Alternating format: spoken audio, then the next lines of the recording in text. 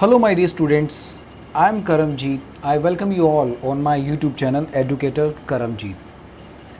Educator Karamjeet channel के ऊपर आप सभी का स्वागत है। स्क्रीन के ऊपर जैसे आप देख रहे हैं, आज का जो चैप्टर है एडवर्ब पार्ट 2।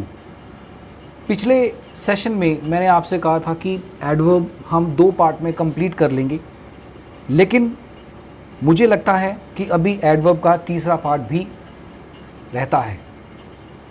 एग्ज़ाम के पॉइंट ऑफ व्यू से बहुत सारे ऐसे वर्ड्स होते हैं, एडवर्ब के पॉइंट ऑफ व्यू से अगर हम देखें, जब हम एग्ज़ाम देंगे उस टाइम पे बहुत सारे ऐसे वर्ड्स कई बार हमें मिल जाते हैं और हमें पता भी नहीं चलता कि हम एडवर्ब की बात कर रहे हैं। तो अगर एडवर्ब की बारीकियां हमें पता होंगी तो हम इजीली डील कर पाएंगे। तो ये सेशन सेकंड है, पार्ट 2। तो आपको अभी वेट करना है पार्ट 3 के लिए भी, वो आपके पास कल आ जाएगा। तो चलिए अब हम इस सेशन की शुरुआत करते हैं। तो मैं करमजीत सिंह आपका स्वागत करता हूं फिर से आपके अपने YouTube channel educator Karamjeet. Search box में हैश करके एजुकेटर करमजीत आप फाइंड करेंगे तो डायरेक्टली आप मेरे पेज के ऊपर आ जाएंगे विदाउट एनी स्पेस। तो चलिए let's start the session. Adverb में हमने पिछली बार देखा था कि कोई वर्ब होती है, वर्ब के बाद हम किसी उस सेंटेंस के स्टाइल के बारे में बात करते हैं। तो आज कुछ और भी ऐसे एडवर्ब हैं जिनके मीनिंग डिफरेंट है, लेकिन हमें मतलब उनके डिफरेंस के बारे में नहीं पता चलता। ये है हार्ड, HARD, क्योंकि वहाँ पर ना दिख नहीं रहा, ऐसा लग रहा है कि हैड लिखा हुआ है। It's hard, hard and hardly. Hard का मतलब होता है विद ग्रेट एफर्ट्स। जब आप बहुत ज़्यादा एफर्ट्स लगाते हैं, बहुत ज़्यादा मतलब यू वर्क हार्ड, तो इसका मतलब है भी आपने बहुत सारे एफर्ट्स लगाए, तभी आपने हार्ड वर्क किया। एंड हार्डली का मतलब क्या हो गया? LY लगाने से उसका मीनिंग बिल्कुल चेंज हो गया। तो इसका मतलब हो गया मुश्किल से, विद डिफिकल्टी। जब आप किसी काम को बहुत कम करते हैं, मान लीजिए अगर आपसे ये पूछा जाए कि सर्दियों में आप क्या डेली नहाते हैं? मुश्किल से हफ्ते में 1 बार नहाता है। तो मुश्किल से वर्ड हार्डली ही bath once in a week, है ना? तो इस तरह से, तो वो हार्डली का मतलब क्या हुआ? With difficulty. He works hard to earn money for his family. He works hard to money for his family मतलब बहुत मुश्किल से, बड़ी मेहनत से वो पैसे कमाता है। She hardly speaks the reality because of her tough behaviour. उसके टफ बिहेवियर के कारण वो बहुत मुश्किल से ही सच बोल पाती है। ये तो कुछ खास सेंटेंस बनाना था मैंने तो आपको, ठीक है, सेंटेंस बना के समझाना था आपको। चलिए, लाउडली एंड अलाउड। बहुत सारे लोगों में ना ये दिक्कत आती है, कई बार ऐसे लिख देते हैं अलाउड, स्पेस देके नहीं लिखना है, गलत हो जाएगा। तो इसका मतलब है लाउड की बात कर रहे हैं, अलाउड की बात कर रहे हैं। दोनों में डिफरेंस है। लाउडली का मतलब क्या हुआ? It more than excessive voice, इतनी ज्यादा, जैसे डीजे के ऊपर आवाज होती है उसको क्या बोलते हैं? लाउडली। और स्पीक अलाउड, कई बार आपने ये भी देखो ना, यार इतना तो कम से कम बोलो कि मेरे कानों तक आवाज आ जाए। तो जब ये बोलते हैं ना, जब कानों तक आवाज आए, तो उसको बोलते हैं aloud, which can be audible in high volume, excessive volume और voice. Now do not play DJ. अब मुझे ये बताइए, कमेंट बॉक्स में बताइए, अगर आप मेरा सेशन देख रहे हैं, बहुत कम लोग देख रहे हैं, आई नो, मुझे पता है, अभी तो खैर कमेंट्स तो बहुत कम आएंगे, बट फिर भी अगर कोई पर्सन मेरे ये सेशन देख रहा है जो ग्रामर पोर्शन को जिसने लर्न करना है, तो वो देख सकता है। तो डीजे की फुल फॉर्म क्या होती है बताइए मुझे? डीजे की फुल फॉर्म क्या होती है? Loudly because it is a peaceful society. Don't play DJ loudly. DJ को ज़्यादा ऊंची आवाज़ में मत बजाओ क्योंकि ये पीसफुल सोसाइटी है। Speak allowed, I can't hear you. अरे ऊंचा बोलो, मैं सुन नहीं रहा हूं। तो अलाउड मतलब सुनने के लिए, और लाउड मतलब इतनी ज़्यादा, सुनने से भी ज़्यादा आवाज़ का होना, इसको लाउडली। फ्री का मतलब क्या हुआ? फ्री का मतलब विदाउट चार्ज। जब कोई भी पर्सन सामान खरीदता है तो उसके साथ जो चीज़ फ्री आती है उसको फ्री ऑफ चार्ज कहते हैं। फ्रीली, पूरी तरह से फ्रीडम का होना। You can explore India freely. आपको कोई रोक टोक नहीं है, बेरोक टोक आप इंडिया में कहीं पे भी घूम सकते हैं। If you buy chyawanprash you get 60 gram honey free. ये सेंटेंस मुझे इसलिए याद आया क्योंकि कुछ दिन पहले मैंने घर का सामान लेने के लिए मैं गया था, तो वहाँ पर च्यवनप्राश के साथ एक हनी फ्री मिला था, तो वही सेंटेंस बना दिया मैंने। चलो कोई बात नहीं। तो ये समझ में आ गया फ्री और फ्रीली का मतलब क्या हुआ, किस तरह से दोनों के मीनिंग में डिफ्रेंशिएट है। नेक्स्ट, लेट का मतलब हुआ जो प्रॉपर टाइम की बात करता है, और लेटली का मतलब होगा रिसेंटली, हाल फिलहाल के दिनों में। जैसे she come late in the meeting yesterday, मतलब प्रॉपर टाइम से वो लेट हो गई। I haven't seen Anushka lately, मैंने हाल फिलहाल में उसको नहीं देखा है। तो मतलब लेटली और लेट में दोनों में ये डिफरेंस है। Next, the correct use of adverb. अब हम करेक्ट यूज ऑफ एडवर्ब का देख लेते हैं। Difference between very and much, very और मच के बीच में क्या डिफरेंस है वो देख लेते हैं। Very is used in positive degree, okay, जैसे वेरी गुड हो गया, वेरी वाइज हो गया, very lucky, very honest. Much को हम कंपैरेटिव डिग्री में बोलते हैं, ठीक है, लिखते भी हैं, जैसे much better, much wiser, much luckier. Much honester नहीं होता, ये बात का ध्यान रखना आपने, यहां पर मैं ज्यादा लिख गया। मच ऑनेस्टर नहीं होता, मच मोर ऑनेस्ट होता है, ठीक है, ऑनेस्टर नहीं कहेंगे। ये वैसे तो क्वेश्चन कभी मैंने देखा नहीं है, बट फिर भी बता दिया मैंने बस। अगर वेरी और मच को इकट्ठा यूज करें तब कैसे करेंगे? कंपैरेटिव और सुपरलेटिव दोनों में डिग्री, ये दोनों ही डिग्रियां होती हैं। जैसे very much better, very much wiser, ये वाला कंपैरेटिव पोर्शन हो गया। Very much best, very much honest, honest क्या हो गया? सुपरलेटिव हो गया। Rohit is very much best boy in the class. Very used in present participle, very का जो यूज होता है वो प्रेजेंट पार्टिसिपल में भी होता है। जैसे very dairying, very boring, very interesting. और मच का यूज पास्ट पार्टिसिपल में होता है। Much surprised, much admired. Guys एक चीज मैं आपको बता दूं, बहुत सारे अगर मान लो स्टूडेंट पढ़ रहे हैं, उनके माइंड में अगर ये डाउट आता है कि सर आपने रिटर्न करके आपने सिर्फ एक डायरेक्टली लेक्चर दिया, आपने एग्जाम्पल्स कम दिए हैं। मैं आपको एक चीज का विश्वास दिलाता हूं, जब हम बड़े क्वेश्चंस की सीरीज को करेंगे उस टाइम पे आपको वो सारी एग्जाम्पल्स मिलेंगी जो आपको रिक्वायरमेंट है। जिन लोगों ने ग्रामर पढ़ी हुई है या जिनको आती है वो रिवीजन कर लें, जिन्होंने नहीं की है, अभी तक रिवीजन नहीं करी है, वो नहीं करी है, वो अपने नोटबुक के ऊपर उतार सकते हैं। ये मैं बहुत बार बोल चुका हूं, पिछले सेशन में भी मैंने बोला है। क्वाइट का मतलब क्या होता है? Perfect, completely. कोई भी चीज परफेक्ट हो, कंप्लीटली हो, सिंपल ही है, कुछ खास नहीं है। फेयरली का मतलब क्या हुआ? फेयरली और रैदर। फेयरली जो वर्ड होता है वो पॉजिटिव डिग्री में यूज होता है, और रैदर जो वर्ड होता है वो पॉजिटिव और कंपैरेटिव डिग्री दोनों में होता है। Fairlie wise, Fairlie beautiful, fairly good, ये सारे वाइज, ब्यूटीफुल, ये सारे क्या है? पॉजिटिव वर्ड है।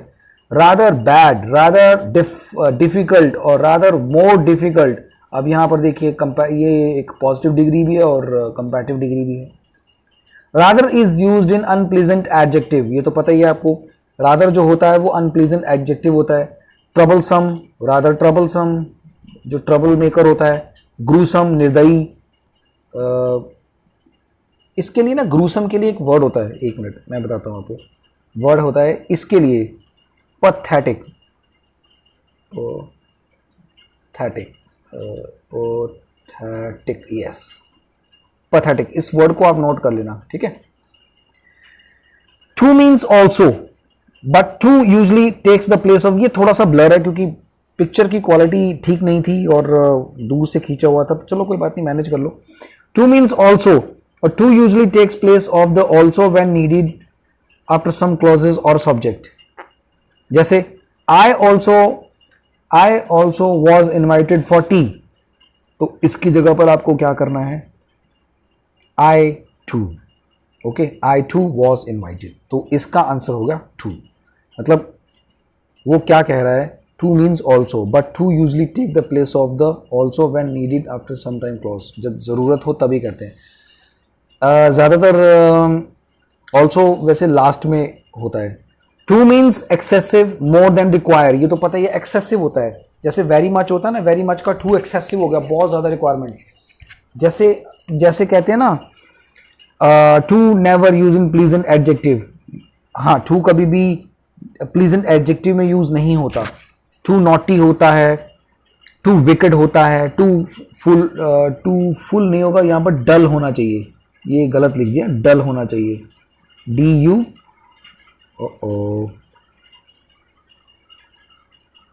DULL, डल।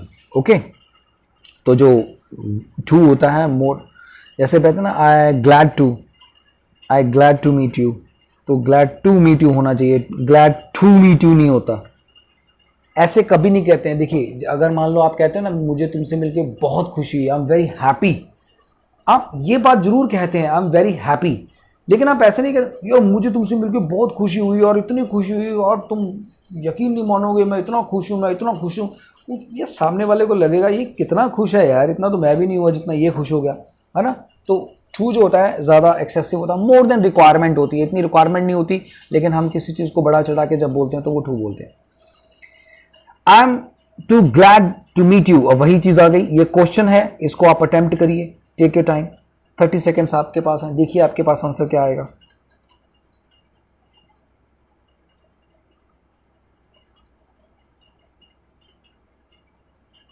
इसका आंसर ऑप्शन होगा C, I am very glad to meet you. Okay, तो ज़्यादा बड़ा चढ़ा के जब किसी से मिलते हैं तो नहीं कहते हैं। Two is used pleasant, is use in pleasant adjective, pleasant adjective में यूज करते हैं। जैसे टू के बाद ब्यूटीफुल, ब्यूटीफुल एक पॉजिटिव है, प्लीजेंट एडजेक्टिव है, तो इसलिए टू के बाद हम प्लीजेंट एडजेक्टिव यूज करते हैं। Enough it's work for both है एडजेक्टिव एंड एडवर्ब, जो इनफ होता है वो एडवर्ब और एडजेक्टिव दोनों में काम करता है। एडवर्ब क्या करता है, वो मॉडिफाई करता है, लेकिन एडजेक्टिव क्या करता है, नाउन से पहले होता है। ये हमने प्रीवियस चैप्टर में एडवर्ब में अच्छे से समझा है। He is not wise enough to understand the situation of कोविड-19, देखिए वाइज इनफ, इनफ कहाँ यूज होगा, वो वर्ब को मॉडिफाई करेगा। He has enough money, enough money, money is a noun and enough is a adjective. Okay, तो positive degree of adjective is use before enough, तो कभी भी जब इनफ आएगा तो उस केस में पॉजिटिव डिग्री आएगी, ना तो कंपैरेटिव आएगी ना ही सुपरलेटिव आएगी, इस बात का भी आपने ध्यान रखना है। ही इज ब्रेवेस्ट इनफ, अब देखिए उसी क्वेश्चन से रिलेटेड है, इनफ से पहले पॉजिटिव डिग्री आएगी, तो अब इसमें से आंसर ढूंढिए कहां पर आपको डिग्री कौन सी मिल रही है। ए में ए ऑप्शन है, बी ऑप्शन है, सी ऑप्शन है, डी ऑप्शन है, बोलो कौन सा आंसर है। इसका करेक्ट आंसर होगा, चलो आपको मैं 30 सेकेंड्स देता हूं, करिए एक बार, चेक करिए आप एक बार।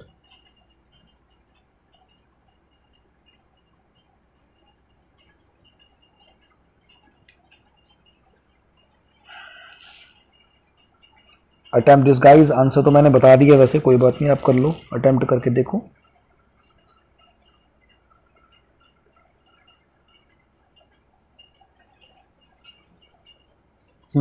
तो इसका आंसर होगा ए में गलती है। कैसे, क्योंकि इनफ से पहले सिर्फ और सिर्फ पॉजिटिव डिग्री आती है।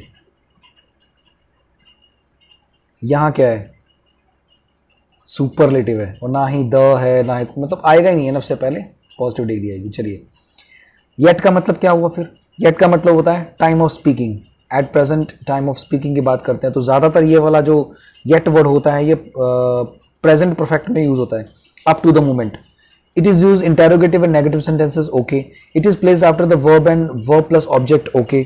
जब कभी भी verb और ये हमेशा verb और object के बाद होता है, यूज होता है। और it is used in present perfect negative sentences, not in past tense, ये भी बात ठीक है, क्योंकि जो चीज़ बीत गई है, yet का मतलब होता है up to the moment, at present की बात कर रहे हैं तो हम present को ही में ही tense यूज करेंगे ना।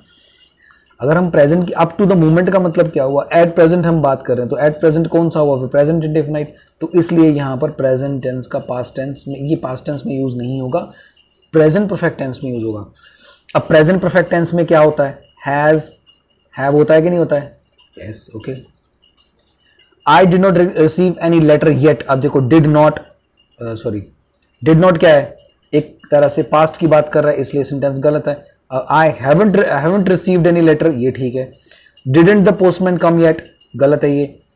Hasn't the postman come yet, yes, बिल्कुल सही है। चलिए, else is followed by but, else के बाद फॉलोड बट आता है, और रादर, अदर, अदरवाइज के बाद देन आता है। रादर देन कई बार आप पूछते हो ना, बोलते हो कई बार, तो rather than, other than, otherwise than, तो ये सारे वर्ड क्या हैं, इस तरह से हम बोलते हैं। It is nothing else than, देखिए अब nothing else than a bad situation, करिए क्या हो सकता है, करिए, अभी बताया मैंने आपको, 30 सेकेंड्स यू हैव। ये जो जो क्वेश्चन मैं आपको बता रहा हूँ ना, ये आप नोट डाउन कर लीजिए। ये सेशन चाहे 2 साल पुराना हो जाए, चाहे 5 साल पुराना हो जाए, लेकिन आपको ये बहुत हेल्प करेगा, बहुत हेल्प करेगा। बार बार आप देखोगे तो आपको समझ में आएगा ही आएगा।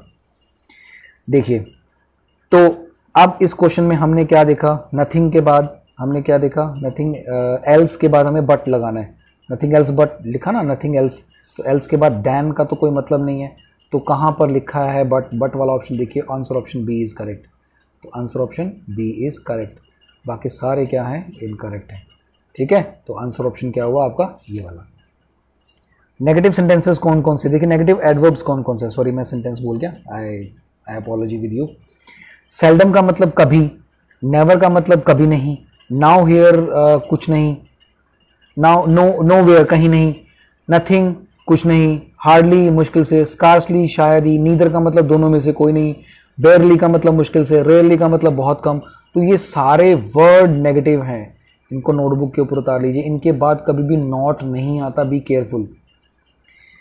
दे hardly know nothing about me, देखिए हार्डली का मतलब भी मुश्किल से है, यहाँ पर देखिए कहाँ लिखा है हार्डली, +1 मुश्किल से, ये रहा थोड़ा ऊपर करके लिखा हुआ है, तो फिर इसका मतलब यहाँ पर क्या होगा, they hardly know nothing about me. Here hardly nothing are negative in meaning, so they hardly know anything आना चाहिए, नथिंग की जगह पर क्या कौन सा वर्ड आएगा, एनीथिंग, तो ये इसका करेक्ट सीक्वेंस है। Not, never, these words do not need to use with negative words like, अब जो नॉट है, नेवर है, इन वर्ड्स के साथ नहीं करना चाहिए, क्योंकि ये ऑलरेडी ये नेगेटिव वर्ड्स हैं। डिनाई, फॉरबिड, बोथ, बोथ ये पॉजिटिव वर्ड है लेकिन नेगेटिव नहीं आता। ठीक है, अगर मान लो बोथ की बात कर रहे हैं तो ये बेसिकली पॉजिटिव में यूज़ होता है, इस बात का भी ध्यान रखना है आपने। ठीक है, तो ये यहाँ पर नहीं आएगा, मतलब इसके साथ नॉट नहीं आएगा। लेस एक पॉजिटिव है और अनलेस एक नेगेटिव वर्ड है। ठीक है, अनटिल, लेस्ट, लेस्ट देखो वो लेस है और ये लेस्ट है, और लेस्ट के बाद क्या आता है ये भी देख लेना, ये बता देता हूँ आपको, लेकिन मैं कंजंक्शन में समझाऊंगा आपको। लेस्ट के बाद शुड आता है। Hardly, scarcely, rarely, seldom, too. Deny का मतलब इनकार करना, फॉरबिड का मतलब मना करना, लेस्ट का मतलब ऐसा ना हो कि, कदाचित, क्या जाने, शायद। स्कार्सली का मतलब शायद, रेयरली का मतलब बहुत कम, सेल्डम का मतलब विरला, कभी कभार। ये हम ऑलरेडी डिस्कस कर चुके हैं। इनके मीनिंग आप जरूर लिख लेना गाइज जो मेरी क्लासेस लगा रहे हैं। Okay, next, Riya Chakraborty denied that she had not done anything, तो यहाँ पर देखिए डिनाइड ऑलरेडी नेगेटिव में है, तो इसका मतलब फिर नॉट नहीं आएगा। इसका आंसर ऑप्शन क्या हुआ, answer option C is the answer. Not negative नहीं आएगा, ऑलरेडी हम नेगेटिव की बात कर रहे हैं, तो नेगेटिव क्वेश्चन का आंसर नहीं आएगा। अगला क्वेश्चन अटेम्प्ट करिए। Unless you will not come I will not talk to them, ये क्वेश्चन बहुत ही अच्छा है। ये क्वेश्चन एग्जाम में आते हैं और आपको समझ में आ भी जाएगा, देखना मैं अभी एक्सप्लेन करूँगा, देखना। और मैं अगले जो चैप्टर होंगे बहुत ही इंपॉर्टेंट है, आने वाले जितने भी चैप्टर हैं वो सारे के सारे इंपॉर्टेंट है एग्ज़ाम के पॉइंट ऑफ व्यू से। देखिए, पहली बात तो पहला जो क्वेश्चन है वो लिखने में ही गलत है। देखिए, unless they will comes, will के साथ कम्स कभी आता है, ये गलत हो गया। Unless they would comes, would के साथ कम्स आता है, नहीं, ये भी गलत हो गया। अनलेस दे विल कमिंग, नहीं, ये भी गलत हो गया। विल के साथ कमिंग कहाँ आता है, या तो विल बी कमिंग होना चाहिए। Unless they shall coming, no, तो इसका आंसर ऑप्शन क्या हुआ, नन ऑफ दिस। अब इसका आंसर भी ढूंढ लेते हैं। तो जब कभी भी अनलेस आता है, अनलेस दे विल नॉट कम, अब नॉट तो ये तो गलत है ही, अनलेस तो नेगेटिव है। ध्यान से सुनना मेरी बात, बहुत इंपॉर्टेंट बात बताने जा रहा हूँ आपको मैं। अनलेस एक नेगेटिव वर्ड है, नॉट तो किसी सूरत में आएगा ही नहीं आएगा। ठीक है, अब यहाँ पर ये सारे वर्ड पॉजिटिव बनाने की कोशिश कर रहे थे, लेकिन गलतियां थी उसमें भी। यहाँ पर देखिए कमिंग, कमिंग, विल शैल के साथ कमिंग नहीं आता। अगर विल शैल के साथ हमें कमिंग करना तो बी आना चाहिए, लेकिन बी वाला यहाँ पर कुछ लग नहीं रहा है। तो यहाँ पर अनलेस के बाद अनलेस तो ठीक है, लेकिन नॉट गलत है। और दूसरी बड़ी बात, कंडीशनल सेंटेंस के इफ क्लॉज में, इसको इफ क्लॉज बोलते हैं, उस केस में विल भी नहीं आएगा। तो इसलिए इसका आंसर होगा unless they come I will not talk to them. ठीक है, unless they come I will not talk to them, ये इसका आंसर होना चाहिए। तो इसलिए इसका आंसर होगा नन ऑफ दीज। अगर फिर भी नहीं समझ में आया, एक बार फिर से दोबारा बैक जाके फिर समझ लेना। रिगार्ड्स डिस्क्राइब्स, ये मैंने प्रीवियस सेशन में समझाया हुआ है एडजेक्टिव में। Regards describes, define, treat, view, know, follow के बाद एज लगता है। Name, elect, consider, call, appoint, make, choose, don't require as, इनके बाद एज नहीं लगता। तो क्वेश्चन अटेम्प्ट कर लो फिर। The teacher called Ramesh as stupid dash, तो इसकी जगह पर क्या आएगा, देखिए करिए। तो यहाँ पर नेम की बात आ रही है, तो नेम के बाद एज का आना गलत है, तो यहाँ पर एज का आना गलत है, तो इसका आंसर ऑप्शन होगा नन यूज, कोई यूज नहीं होगा। ऐसे क्वेश्चन आपको एग्जाम में आपको कंफ्यूज करते हैं। आप इसको इजीली समझ पाएंगे अगर आप सेशन लगा रहे हैं रेगुलर। आई रिगार्ड एज, देखिए अब यहाँ पर आप आंसर मैंने बोल दिया, आई रिगार्ड एज आना चाहिए, क्योंकि हमने यहाँ पर देखिए सीखा है रिगार्ड के बाद हम एज लगाते हैं। ठीक है, चलिए। Too as well is used, beside, in addition to और ऑल्सो इज अफर्मेटिव सेंटेंसेस। तो ये वाले सारे जो वर्ड हैं अफर्मेटिव सेंटेंसेस में यूज होते हैं। Also should not use at the end of the sentence, end of the sentence में ऑल्सो नहीं यूज होता। उसकी जगह पर हम क्या यूज कर सकते हैं, या तो हम टू यूज कर सकते हैं, एज वेल कर सकते हैं। देखिए बेसिकली टू को ना, ये मैं ठू बोले जा रहा हूँ, एक्चुअल में इसकी प्रोनाउंसिएशन भी ऐसे ही बोलते हैं, टू नहीं बोलते इसको, टू। ओके, तो एज वेल यूज कर लो चाहे टू कर लो, तो ये लास्ट में आता है। Correct position of adverbs, seldom और नेवर होता है, सेल्डम इफ एवर होता है, लिटिल और नथिंग होता है, लिटिल इफ एनीथिंग होता है। तो ये चारों के चारों जो सीक्वेंस है ये एब्सोल्युटली करेक्ट है। सेल्डम इफ नेवर नहीं होता, कहाँ लिखा है नेवर, नहीं होता, इफ के बाद तो एवर होता है। ठीक है, little if nothing, little if nothing गलत है ये भी। सेल्डम और एवर, सेल्डम और एवर कहाँ होता है, सेल्डम और नेवर होता है। मतलब वो पोजीशन को इनको उल्टा पुल्टा कर देगा वो। लिटिल और एनीथिंग तो गलत हो जाएगा। ठीक है, तो इसको अच्छे से आप वॉच कर लो ताकि आपको इजीली समझ में आ जाए। स्नेहा सेल्डम और एवर गोज टू सी जू। अब देखो सेल्डम के साथ और आता है, तो और के केस में हम क्या करेंगे, नेवर करेंगे। तो जहां पर नेवर की ऑप्शन होगी वही आपका आंसर है, दिस इज योर आंसर। बाकी सारे गलत हैं, बैक जाके देखेंगे तो आपको फिर से समझ में आ जाएगा। कर लो चाहे, यहाँ देख लो सेल्डम इफ नेवर है क्या, कहाँ है seldom if never. Seldom if never हमने ऑलरेडी गलत कर दिया, ये देखो ये वाला। आगे देखो सेल्डम और नथिंग, सेल्डम और नथिंग कहाँ है, सेल्डम और नथिंग होता है, लिटिल और नथिंग होता है। ठीक है, इसलिए गलत है। Seldom if anything, seldom if anything कहाँ है, नहीं है, लिटिल और एनीथिंग होता है, नहीं होता। ठीक है, ये भी गलत है। सेल्डम और ऑलवेज, ऑलवेज ये नया वर्ड ही घुसेड़ दिया, जबकि इनमें से है ही नहीं, तो इसलिए answer option A. Verbs of sensation, देखिए सेंसेशन क्या होता है, जहाँ पर आप किसी चीज़ को फील करते हैं, टेस्ट करते हैं। जैसे पेन है, पेन आपको अगर पेन हो रहा है तो क्या मुझे हो रहा है, नहीं ना, वो पेन आपको हो रहा है तो मुझे तो नहीं पता चलेगा ना कि पेन क्या हो रहा है। तो टेस्ट, स्मेल, फील, अपीयर, सीम, साउंड, लुक। साउंड देखो, साउंड हम बोलते हैं ना, साउंड देखो, बोलने में वो हम गलत बोल रहे हैं, हम साउंड सुनो बोलना चाहिए हमें। तो यहाँ पर देखिए ही लुक ऑनेस्ट, तो ये ऑनेस्ट वर्ड एडजेक्टिव है, ये वर्ब ऑफ सेंसेशन है। आई वर्क हार्डली, मतलब वो ये कहता है, ये मैं आगे पढ़ा नहीं मैंने, is used adjective after these words, इनके बाद एडजेक्टिव यूज होता है ना कि एडवर्ब। तो इसलिए अगर आप इसको डिफरेंशिएट करेंगे तो यहाँ पर देखिए वर्ब ऑफ सेंसेशन है, यहाँ पर एडजेक्टिव है, यहाँ पर फिर से वर्ब ऑफ सेंसेशन है, यहाँ पर फिर से एडजेक्टिव है, लेकिन ये वाला तो बिल्कुल अलग ही है। ठीक है, ये एडवर्ब के अकॉर्डिंग यूज हो रहा है और हमें इनके बाद एडजेक्टिव यूज करना होता है ना कि एडवर्ब। इस बात का आपने खास ध्यान रखना है। चलिए, be, become, be, become, turn, get, grow, keep, make, prove are also followed by adjective not adverb. इन शब्दों के बाद भी हम एडजेक्टिव यूज करते हैं, ना कि एडवर्ब। तो ये है आपका homework. Some adjective which look like adverb, ऐसे वर्ड हैं जो ये एल वाई हैं, ये आपको मैं होमवर्क दे रहा हूँ, आप करिए भाई, कुछ काम आप भी करिए। Manly, masterly, slovenly, friendly, cowardly, orderly, gentlemanly, sickly, weekly, monthly, तो ये सारे वो वर्ड हैं जो आपको एडजेक्टिव ढूंढने हैं।